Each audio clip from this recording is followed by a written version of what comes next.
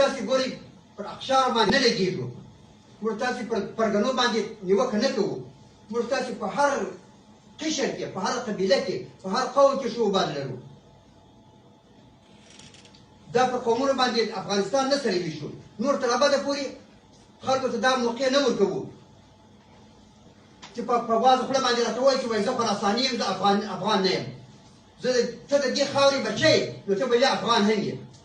او ګوره افغانیت زما او ستا لپاره هویت ده، افغان هم یم، مسلمان هم یم، دا له اسلام سره ټکر نه ده افغانیت. ما او تا د دې خاورې بچیان یو، دا خاوره په ما په تا باندې دغه حق لري چې دومره یې سپکه کړو چې د کفر ته د خوشحالولو دپاره ووایي چې زه افغان نه یم، یا زه افغانستانی نه یم، یا زه فلانی نه یم.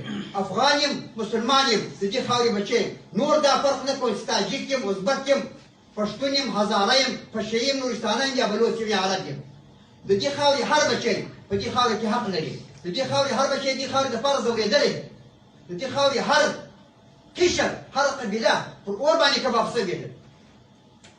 البته ځینې هغه اشخاص، ځینې هغه پوچې مفکورې، هغه پوچ مغزونه چې د غربه څخه راغلي، پر ما او تا باندې خپل ایډیالوژي تکي، پر ما او تا باندې غواړي خپل هغه نظام تحمیل کړي چې هغه د دوی د کفر ارزو وه.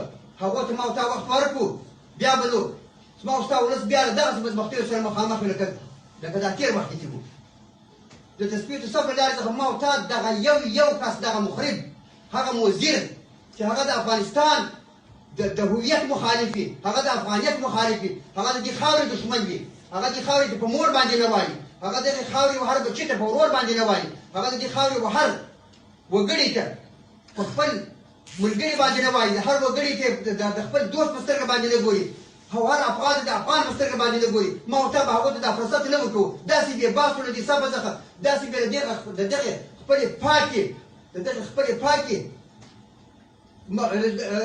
د صفې تسکیې د تلویزیون له لارې څخه داسې باسو لکه سړی چې یو بېشته د اوړو څخه باسي.